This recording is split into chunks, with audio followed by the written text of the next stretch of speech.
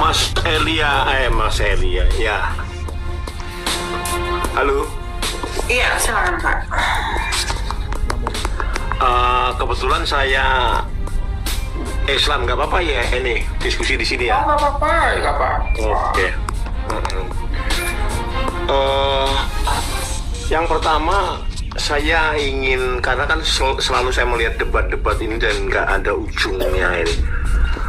Bagaimana kalau saya menyarankan atau kita tidak menggunakan cara pandang masing-masing? Kalau kita menggunakan cara pandang masing-masing, akhirnya ya seperti rel kereta aja. Yang satu di kiri, satu kanan, nggak akan titik temunya. Sehingga perlu ada satu sudut pandang yang sama. Misalnya sudut pandang apa, terserah. Tapi kalau saya melihat yang bisa kita sepakati bersama mungkin itu sudut pandang sains. Gimana kalau menurut, sebelum saya lanjut, menurut Mas Elia, gimana kira-kira itu? Sains itu metodologi, Pak. Itu bukan standar. Bapak harus tahu itu. Jadi kalau Bapak menggunakan sains sebagai standar berpikir, Bapak salah. Sains itu selalu memperbarui dirinya karena itu metodologi, metode. Ya. Oke, artinya tidak sepakat gitu ya? Ya, itu tidak boleh. Tidak boleh. Oke. Atau begini aja deh. Ada lagi ini apa mungkin metodologi atau apa, saya nggak tahu lah ini. Saya minta pendapat aja. Apakah Mas Elia ini sepakat atau setuju kalau sebuah agama itu pedoman utamanya adalah kitab sucinya? Singkat aja Mas, kira-kira setuju nggak itu Mas? Yang sekarang bagi kita kitab suci, tapi dulu itu bukan kitab suci, firman itu. Oke. Jadi sepakat ya bahwa pedoman utama sebuah agama adalah kitab suci. Betul. Oke, saya lanjutkan. Apakah Mas Elia setuju bahwa kitab suci itu adalah berisi sains?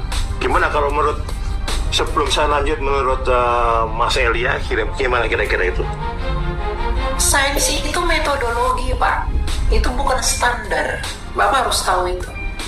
Jadi kalau Bapak menggunakan sains sebagai standar berpikir, Bapak salah.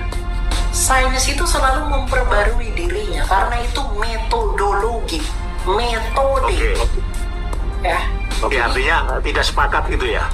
Ya, itu tidak boleh. Tidak boleh. Oke. Atau begini aja deh. Ada lagi ini apa mungkin metodologi atau apa, saya nggak tahu lah ini. Saya minta pendapat aja. Apakah Mas Elia ini sepakat atau setuju kalau sebuah agama itu pedoman utamanya adalah kitab sucinya? Singkat aja Mas, kira-kira setuju nggak itu Mas? Yang sekarang bagi kita kitab suci, tapi dulu itu bukan kitab suci, firman itu. Oke. Jadi sepakat ya bahwa pedoman utama sebuah agama adalah kitab suci. Betul. Oke, saya lanjutkan.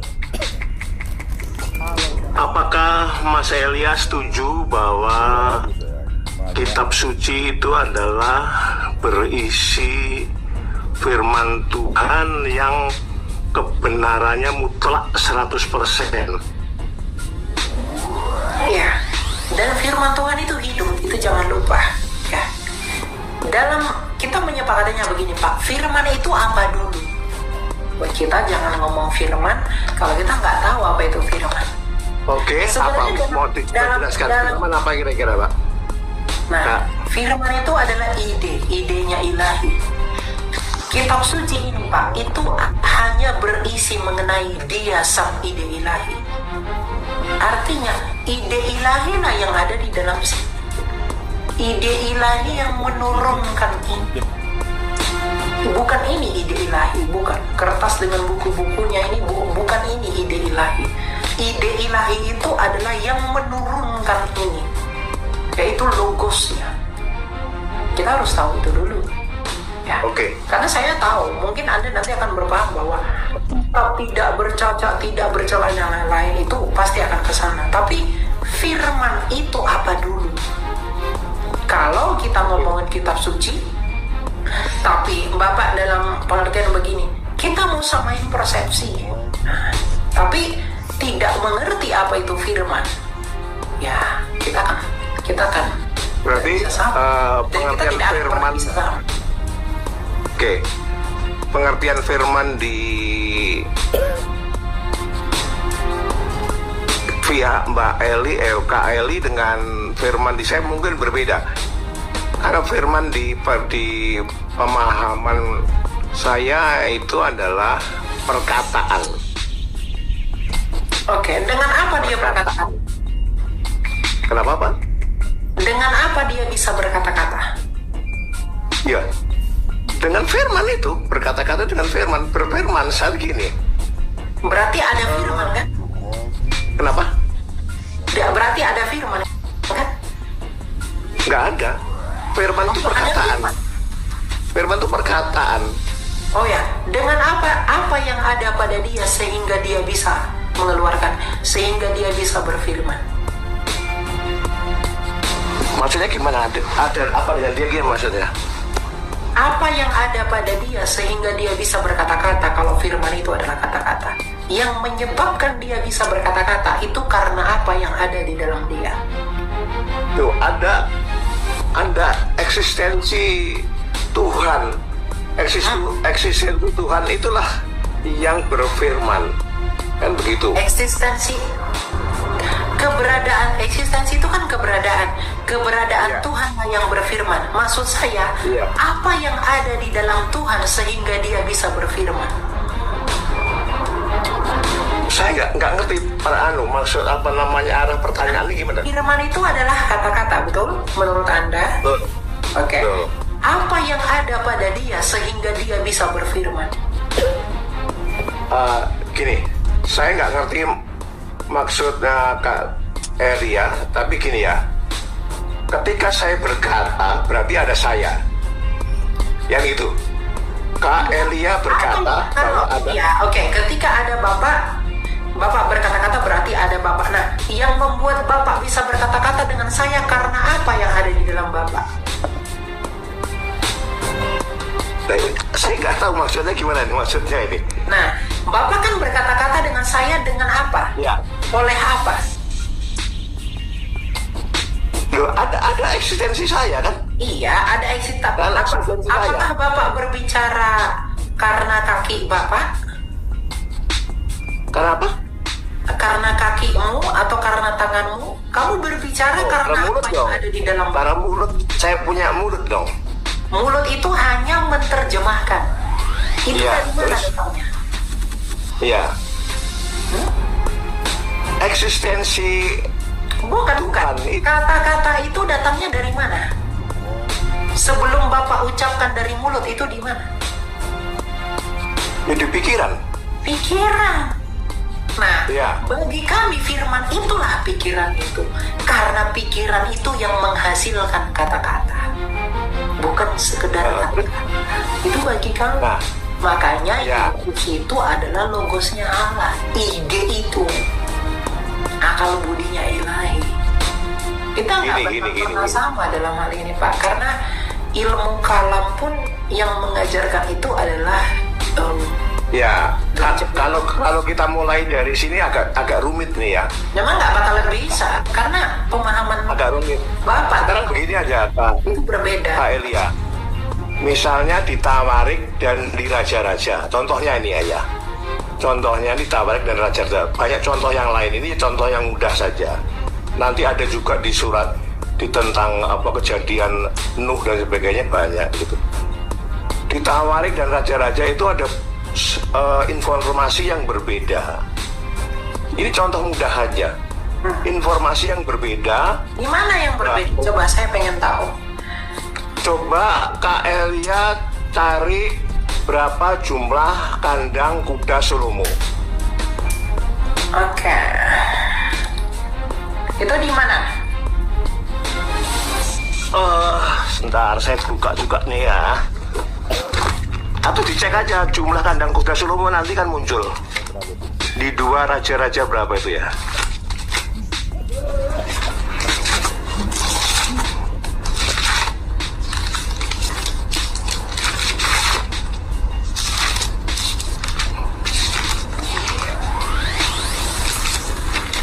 Coba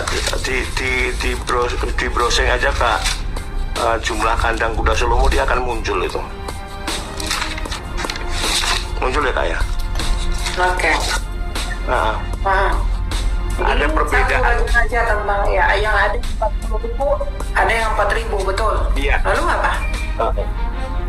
Nah, kenapa ada perbedaan itu?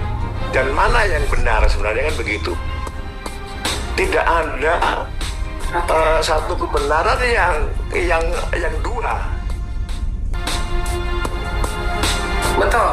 Boleh gini Kakak, kebenaran misalnya 1 tambah 1 sama dengan 2, itu bisa juga 4 min 2 sama dengan 2, tetapi tidak sama dengan 5 min 1. Ya, kalau namanya 40.000 pasti berbeda dengan 4.000. Tetapi kalau 1 tambah 1 sama dengan 2 bisa sama dengan 4 min 2, tetapi tidak sama dengan 5 min 1. Ya, tidak perlu terlalu jauh. Ini jawabannya gampang sekali. Seperti Ya, oke. ini bukan sesuatu yang keluar dari mulut Tuhan, tapi ini adalah bagaimana penulis Tawarik, bagaimana penulis kitab Raja-Raja mendeskripsikan tentang apa yang terjadi pada masa itu. Karena kitab kami, Pak, tidak turun dari langit dalam bentuk kitab. Bapak harus tahu itu. Kecuali Saya tunggu, saya stop dulu. Saya stop dulu Kak Evi ya. bentar dulu. Kitab Oke. kami itu tidak pernah diturunkan dari langit. Ya. Oke. Jadi apa yang ada di dalam Alkitab kami itu bisa dibuktikan secara historis. Nah, di mana yang benar antara 4.000 dan 40.000? Itu yang benar 4.000. Kenapa? Karena ternyata ada kesalahan penyalinan Yod oleh Ben Hashem, penulis kitab ini. Penyalinan ulang. Karena kami punya 60.000 manuskrip. Dan itu penggunaan kata 4.000 itu bisa dilihat di dalam, kalau kita lihat di dalam bahasa Ibrani, kemudian kita rujuk ke Septuaginta, itu 4.000. Jadi 40.000 itu kesalahan garis Yod, sehingga dia diterjemahkan ke kaburan naskah-naskah tua itu, sehingga ada yang mengatakan 40.000, ada yang mengatakan 4.000. Tapi yang benar itu adalah 4.000. Ya. Nah, kenapa ini bisa terjadi? Itu kesalahan penyalinan namanya. Itu terjadi. Justru hal ini yang membuktikan bahwa apa yang pernah terjadi itu benar-benar, apa yang dianggap pernah terjadi itu pernah benar-benar terjadi. Karena kekristenan itu tidak pernah mengklaim bahwa kita pernah diturunkan dari langit sehingga dia bisa salah. Bentar Kak. Pencatatan Pertanyaan selanjutnya. berkurang begitu. Kak, menurut Kakak, kitab mana yang diturunkan dalam bentuk buku dari langit? Saya tidak tahu itu dari mana. Tidak ada dalam Islam, kitab tidak diturunkan dari langit. Saya mohon maaf kalau statement Kakak itu mengarah kepada bahwa Al-Quran itu diturunkan dalam bentuk buku belum jatuh dari langit, kan begitu ya? Saya tidak menyebutkan kitab Anda loh. Saya tidak menyebutkan. Oke. Seakan-akan kan statement Kakak itu Anda aja yang hanya Anda yang merasa seperti itu. Saya nggak. Oke. Statement Kakak kan seakan-akan mengatakan ada kitab. Ada kitab, tapi ada saya nggak tahu itu mana. Kalau Anda merasa begitu ya tidak apa-apa, itu urusan Anda. Nah, jadi sekarang Kakak bisa mengatakan kitab saya tidak diturunkan dari langit, kan begitu? Betul. Artinya Kakak berpendapat ada satu kitab yang diturunkan dari langit, satu atau dua atau tiga kitab yang diturunkan dari Ketika langit. saya mengatakan benda ini putih, itu artinya benda yang lain itu tidak putih. Betul? Loh, Betul. saya mengatakan ini putih, bukan laptop saya yang putih. Bukan berarti laptop saya jadi putih. Logika berpikirnya jangan sesat, Pak. Loh, kan pertanyaan saya gini, ya Kak. Ini agak panjang ini, mohon admin jangan segera diturunkan, panjang lebar nih.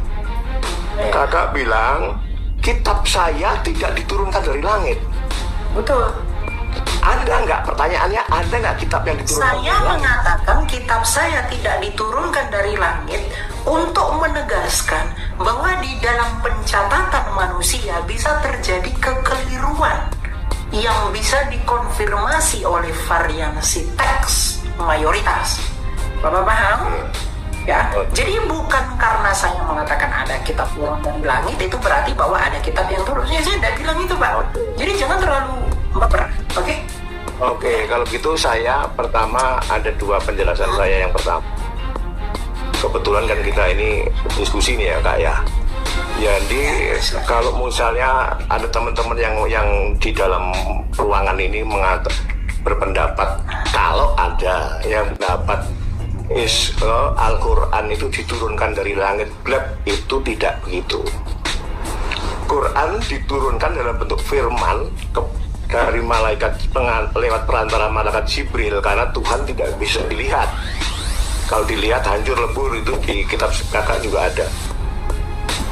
Itu selama kurang lebih 23 tahun. Dan ada latar belakangnya turun ayat per ayat. Nah, itu hanya penjelasan kepada rekan-rekan aja supaya tidak lagi berpendapat Al-Quran ini diturunkan blek dalam bentuk buku. Tidak ada. Quran diturunkan dalam bentuk lisan, kemudian baru dicatat karena khawatir banyak peperangan, banyak orang penghafal Islam mati, sehingga ayat-ayat itu tidak bisa dihafal lagi. Itu hanya intermezzo aja, penjelasan sedikit aja, nggak penting. Kembali kepada jumlah kandang Salomo. Nah, ketika kakak dan grupnya sudah menyadari ada kesalahan, kenapa tidak segera direvisi? Tidak ada revisi, Pak. Kita punya naskah mayoritas. Bapak, bagaimana? Bukan itu. Bapak harus punya yang dinamakan critical text.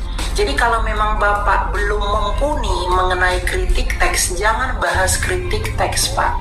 Karena bagaimanapun, hanya Alkitab yang secara metodologi ilmiah yang paling lengkap untuk diselidiki secara ilmiah. Kami mempunyai 60.000 manuskrip kitab kami loh.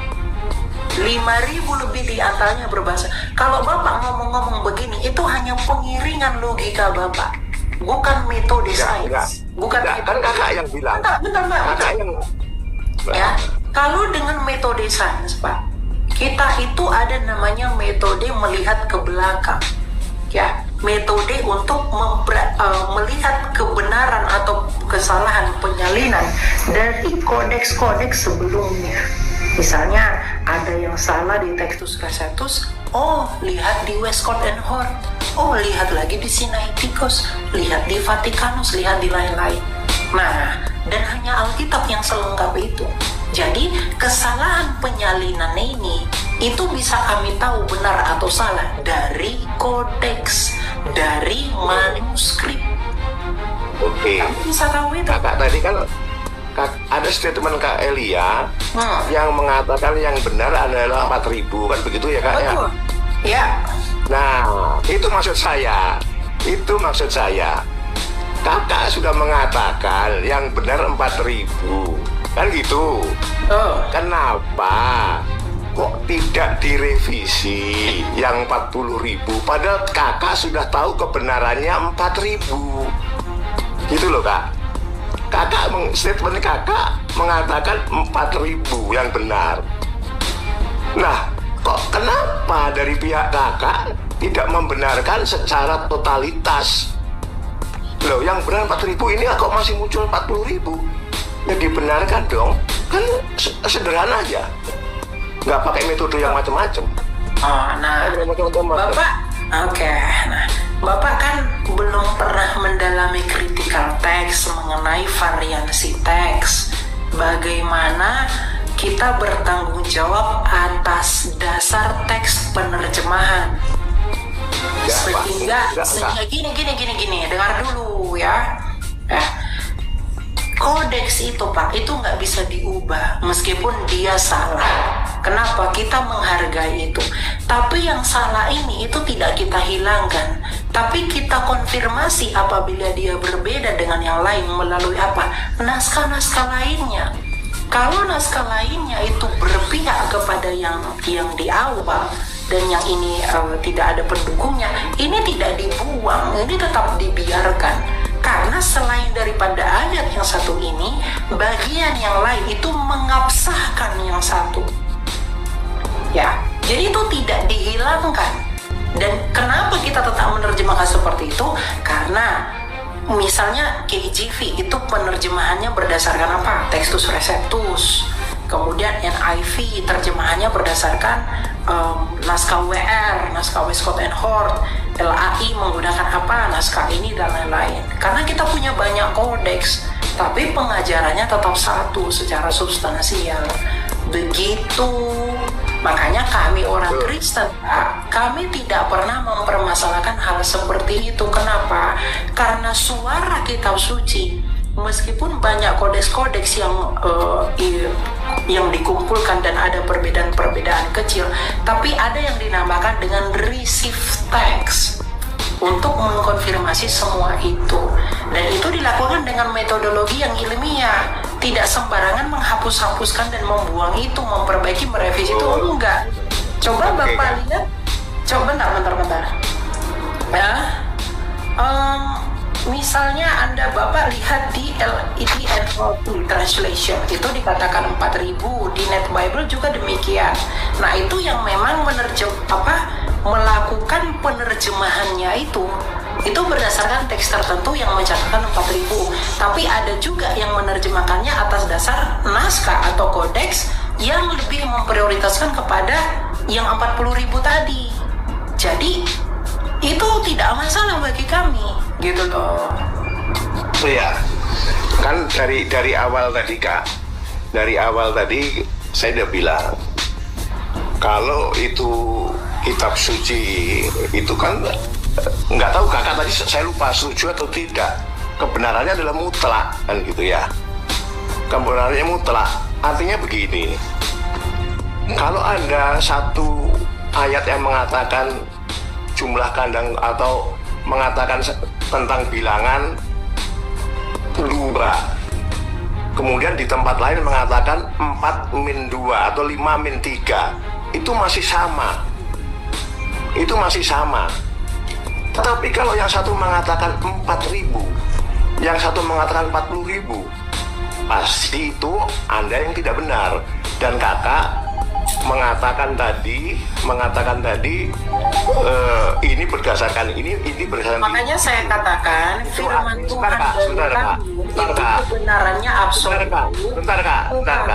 Itu aku belum selesai Kak. Yang seperti itu. Ya, aku belum selesai Kak. Purba yang kita Kakak kalau tersudut jangan motong seperti itu dong. Kakak kalau tersudut jangan motong seperti itu dong. Maksud. Jadi kalau Bapak mengatakan kebenaran absolut berarti tidak ada kesalahan penulisan, coba Bapak kalau mau menjawab itu, coba Bapak pelajari dulu bagaimana transmisi kitab suci Bapak. Ya, tentang yang terbakar lah, yang apalah segala. Oke, saya jelaskan. Saya jelaskan nih Kak. Oke, saya jelaskan langsung. Nggak perlu jelaskan di sini. Nah, Kakak nggak berani. Kakak tersudut memotong pembicaraan saya. Ketika Kakak menyerang saya jelaskan Kakak nggak berani. Gitu ya. Jadi sebenarnya kalau Anda bahas kritik teks dengan orang Kristen, Anda bunuh diri. Itu nggak bagus ya. Saya bukannya nggak mau ya, tapi kalau saya itu dipolemik dengan cara itu, saya mau polemik mereka, nanti saya dituduh yang aneh-aneh. Saya nggak mau. Kalau mau serang-serangan, saya bisa. Saya punya banyak data, gitu loh. Tapi saya nggak mau menguras energi yang seperti itu.